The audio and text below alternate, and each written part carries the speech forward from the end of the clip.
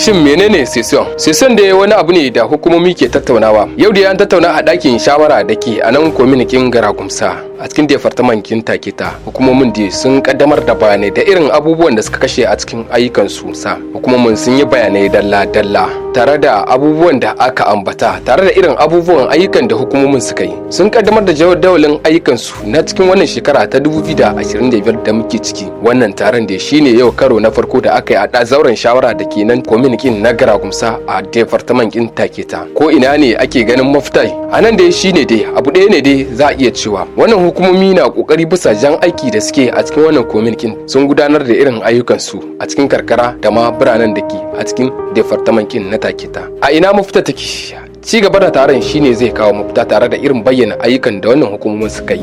Wannan kuma za a iya kiran shi da shine na farko na cikin shekarar nan ta 2025 da muke ciki.